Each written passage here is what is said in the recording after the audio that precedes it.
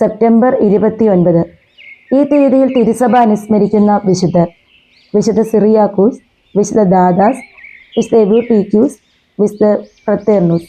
അതുപോലെ തന്നെ പ്രധാന മാലാഖമാരായ മിഖായേൽ, ഗബ്രിയേൽ, റഫായേൽ, ഈ 3 പേരുടെയും തിരുനാൾ തിരുസഭ ആഘോഷിക്കുന്നു.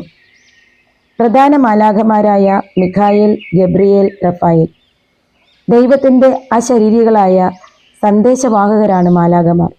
മനുഷ്യ സൃഷ്ടിക്ക് മുൻപ് തന്നെ മാലാഖമാരെ സൃഷ്ടിച്ചുവെന്ന് വിശുദ്ധ ഗ്രന്ഥത്തിൽ നിന്ന് വ്യക്തമാണ്. മനുഷ്യരുടെ മുഖച്ഛായ വ്യത്യസ്തമായിരിക്കുന്നത് പോലെ മാലാഖമാർക്ക് ശക്തി വ്യത്യസ്തമാണ്.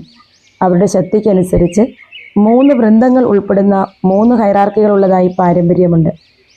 പരിപൂർണതയുടെ ക്രമത്തിൽ അവ താഴെ ചേർക്കുന്നു: 1. സ്രാപ്പേന്മാർ അഥവാ സെറാഫുകൾ, കെരൂബുകൾ, സിംഹാസനങ്ങൾ. 2. ഭക്തിജ്വാലകന്മാർ, ശക്തികൾ, ബലവത്തുക്കൾ. 3. പ്രധാനികൾ, റേശുമാലാഖമാർ, മാലാഖമാർ. വിശുദ്ധ ഗ്രന്ഥത്തിൽ ആകെ 3 റേശുമാലാഖമാരുടെ പേരുകൾ മാത്രമേ രേഖപ്പെടുത്തിയിട്ടുള്ളൂ. അവരുടെ 3 പേരുടെയും തിരുനാൾ ആധുനിക പഞ്ചാംഗമനുസരിച്ച് സെപ്റ്റംബർ 29-നാണ്. 493-ൽ അപ്പൂലിയായിൽ വിശുദ്ധ മിഖായേൽ മാലാഖയുടെ തിരുനാൾ കൊണ്ടാടിയിരുന്നതായി രേഖകളുണ്ട്. റോമായിലെ വിശുദ്ധ മിഖായേലിൻ്റെ ദേവാലയത്തിൻ്റെ പ്രതിഷ്ഠ 610 സെപ്റ്റംബർ 29-ാം തീയതിയായിരുന്നു. വെളിപാടിൻ്റെ പുസ്തകം 12-ാം അധ്യായത്തിൽ ലൂസിഫർ പ്രഭൃതികളെ മിഖായേലും സഹദൂതന്മാരും കൂടി തോൽപ്പിച്ചുവെന്ന് കാണുന്നുണ്ട്. അതിനാൽ മിഖായേൽ മാലാഖ സഭാ സംരക്ഷകനാണ്. ഗ്രീക്ക് പിതാക്കന്മാർ മിഖായേലിനെ റേശുമാലാഖമാരുടെ വൃന്ദത്തിലല്ല ചേർക്കുന്നത്, പ്രത്യുത സ്രാപ്പേ മാലാഖമാരുടെ തലവനായിട്ടാണ് ചേർക്കുന്നത്. ദാനിയേലിൻ്റെ പുസ്തകം 10-ഉം 12-ഉം അധ്യായങ്ങളിലും യൂദായുടെ ലേഖനത്തിലും മിഖായേൽ മാലാഖ അനുസ്മരിക്കപ്പെടുന്നു. പൈശാചിക ആക്രമണങ്ങളിൽ മിഖായേൽ മാലാഖയോടുള്ള പ്രാർത്ഥന എത്രയും ഫലവത്താണ്. മി-കാ-യേൽ, ദൈവത്തെ പോലെ ആരുണ്ട് എന്നാണ് ലൂസിഫർ പ്രഭൃതികളുടെ വിപ്ലവത്തിൽ ഈ മാലാഖ വിളിച്ചു പറഞ്ഞത്. അതുതന്നെ മാലാഖയുടെ നാമധേയമായി. എല്ലാ മാലാഖമാരുടെയും ദൈവത്തിൻ്റെ സൈന്യത്തിൻ്റെ നേതാവാണ് എന്നതാണ് പ്രധാന ദൂതൻ എന്ന ശീർഷകത്തിൻ്റെ അർത്ഥം.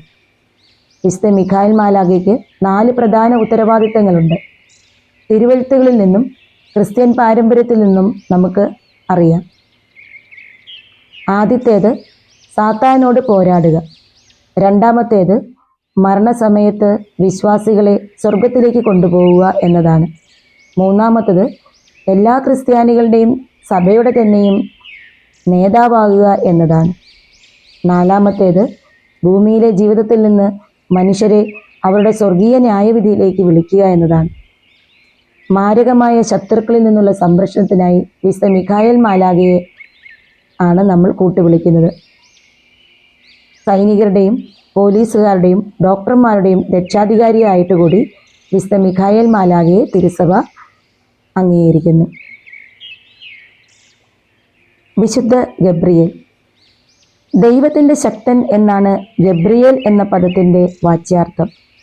അദ്ദേഹത്തിൻ്റെ പേര് വിശുദ്ധ ഗ്രന്ഥത്തിൽ 4 പ്രാവശ്യം കാണുന്നു. അലക്സാണ്ടർ ചക്രവർത്തി പേർഷ്യൻ സാമ്രാജ്യത്തെ ആക്രമിച്ച് നശിപ്പിച്ചതും ചക്രവർത്തിയുടെ മരണശേഷം സൈനികർ ഭാഗിച്ചെടുക്കുന്നതും ഗബ്രിയേൽ ദാനിയേൽ പ്രവാചകന് വിവരിച്ചു കൊടുക്കുന്നു. ദാനിയേൽ 8. രക്ഷകന്റെ ജനനകാലം അതേ പ്രവാചകനെ അറിയിക്കുന്നു. ദാനിയേൽ 9. സ്നാപകന്റെ ജനനം സക്രിയാസിനെയും രക്ഷകന്റെ അവതാരം മറിയത്തെയും മുൻകൂട്ടി അറിയിക്കുന്നു. ലൂക്ക 1. യഹൂദന്മാർ ഗബ്രിയേലിനെ വിധിയുടെ മാലാഖയായി അനുസ്മരിക്കുന്നു.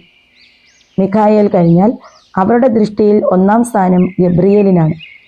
ക്രിസ്തീയ പാരമ്പര്യമനുസരിച്ച് വിശുദ്ധ യോസേപ്പിൻ്റെ സംശയങ്ങൾക്ക് നിവാരണം നൽകിയതും ഗെത്സമനിൽ കർത്താവിനെ ആശ്വസിപ്പിച്ചതും ഗബ്രിയേൽ മാലാഖയാണ്. 3 പ്രധാന ദൂതന്മാരിൽ ഒരാളാണ് ഗബ്രിയേൽ മാലാഖ. ബൈബിളിൽ പഴയ നിയമത്തിലും പുതിയ നിയമത്തിലും ഗബ്രിയേലിനെ പരാമർശിക്കുന്നതായിട്ട് നമുക്ക് മനസ്സിലാക്കാൻ സാധിച്ചുവല്ലോ. ആദ്യം പഴയ നിയമത്തിൽ തൻ്റെ ദർശനങ്ങൾ വിശദീകരിക്കാൻ ഗബ്രിയേൽ പ്രവാചകനായ ദാനിയേലിന് പ്രത്യക്ഷപ്പെടുന്നതായിട്ട് നമ്മൾ കണ്ടു. ദാനിയേലിൻ്റെ ദർശനങ്ങളെ വ്യാഖ്യാനിക്കുമ്പോൾ ഗബ്രിയേലിനെ മനുഷ്യനെ പോലെ കാണപ്പെടുന്നവൻ എന്ന് വിശേഷിപ്പിക്കപ്പെടുന്നു. അവൻ ഉറങ്ങുമ്പോൾ ദാനിയേലിനോട് സംസാരിക്കുന്നു. ഗബ്രിയേലിന്റെ ആദ്യ സന്ദർശനത്തിന് ശേഷം ദിവസങ്ങളോളം ദാനിയേൽ ക്ഷീണിതനും രോഗിയുമായി മാറുന്നു. ഉത്തരം ലഭിച്ച പ്രാർത്ഥനയിൽ കൂടുതൽ ഉൾക്കാഴ്ചയും ഗ്രാഹ്യവും നൽകിക്കൊണ്ട് ഗബ്രിയേൽ പിന്നീട് ദാനിയേലിനെ വീണ്ടും സന്ദർശിക്കുന്നു. പുതിയ നിയമത്തിൽ കർത്താവിന്റെ ദൂതൻ എന്നാണ് ഗബ്രിയേൽ മാലാഖയെ വിശേഷിപ്പിക്കുന്നത്. യോഹന്നാൻ സ്നാപകന്റെ പിതാവായ സക്രിയാസിനാണ് ആദ്യം പ്രത്യക്ഷപ്പെടുന്നത്. അവൻ അവനോട് പറയുന്നു, സക്രിയാസെ, ഭയപ്പെടേണ്ട, നിന്റെ പ്രാർത്ഥന കേൾക്കുന്നു. നിന്റെ ഭാര്യ എലിസബത്ത് നിനക്കൊരു മകനെ പ്രസവിക്കും. നീ അവന് യോഹന്നാൻ എന്ന് പേരിടും. നിനക്ക് സന്തോഷമുണ്ടാകും. അവന്റെ ജനനത്തിൽ പലരും സന്തോഷിക്കും. ലൂക്ക 1:13. സന്ദേശവാഹകർ, ടെലികമ്മ്യൂണിക്കേഷൻ തൊഴിലാളികൾ, തപാൽ ജീവനക്കാർ എന്നിവരുടെ രക്ഷാധികാരിയായിട്ടാണ് ഗബ്രിയേൽ മാലാഖയെ തിരുസഭ അംഗീകരിച്ചിരിക്കുന്നത്. മിസ്റ്റർ റഫായേൽ മാലാഖ. ദൈവം സുഖപ്പെടുത്തി എന്നാണ് റഫായേൽ സംജ്ഞയുടെ വാച്യാർത്ഥം. ഗബായേലിന് തോബിത്ത് കടം കൊടുത്തിരുന്ന സംഖ്യ വാങ്ങിക്കാൻ മകൻ തോബിയാസിനെ അയച്ചപ്പോൾ സഹയാത്രികനായി ദൈവം അയച്ചു കൊടുത്ത മാലാഖ റഫായേലാണ്.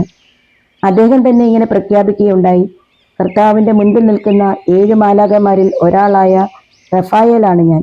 തോബിത്ത് 12:15. വെളിപാടിന്റെ പുസ്തകം 8-ാം അധ്യായം ചേർത്ത് വായിക്കുമ്പോൾ ഈ 7 പേരിൽ റേശുമാലാഖമാർ 3 പേരും ഉൾപ്പെടുന്നുണ്ടെന്ന് കാണാം. അതിനാൽ റഫായേൽ റേശുമാലാഖ മാത്രമല്ല, സ്രാപ്പയാണ്. ബെത്സദായിലെ കുളത്തിൽ ഇടയ്ക്കിടെ ഇറങ്ങി രോഗികളെ സുഖപ്പെടുത്തുന്നത് റഫായേലാണെന്നാണ് പാരമ്പര്യം. യോഹന്നാൻ 5:4. കർത്താവിന്റെ സിംഹാസനത്തിന് മുൻപിൽ നിൽക്കുന്ന 7 പ്രധാന ദൂതന്മാരിൽ ഒരാളാണ് വിശുദ്ധ റഫായേൽ മാലാഖ.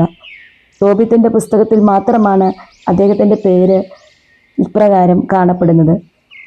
ഹാനോക്കിന്റെ അപ്പോക്രിഫൻ പുസ്തകത്തിൽ വീണുപോയ മാലാഖമാരുടെ പാപങ്ങളാൽ ഭൂമിയെ മലിനമാക്കിയപ്പോൾ അവൻ ഭൂമിയെ സൗഖ്യമാക്കി എന്നവകാശപ്പെടുന്ന ബൈബിളിലെ കഥ കാരണം ദൈവം സുഖപ്പെടുത്തുന്നു എന്ന നാമം ഉണ്ടായി.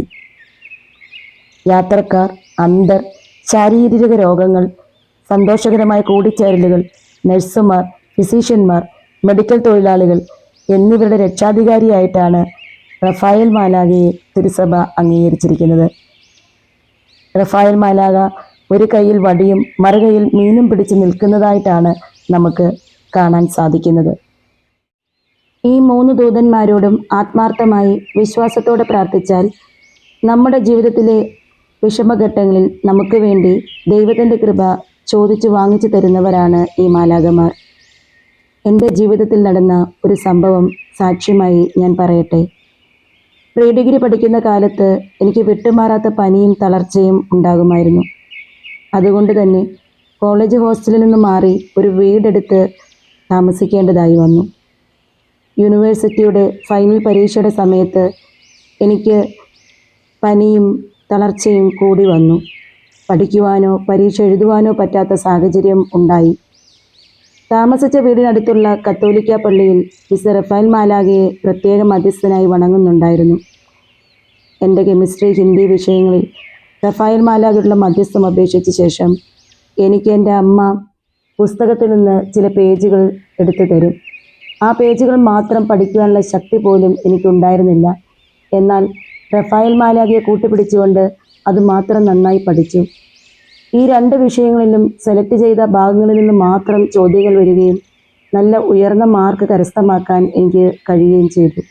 അന്നു മുതൽ എൻ്റെ കാവൽ മാലാഖയായിട്ടാണ് റഫായേൽ ദൂതനെ ഞാൻ കരുതി പ്രാർത്ഥിക്കാറുള്ളത്.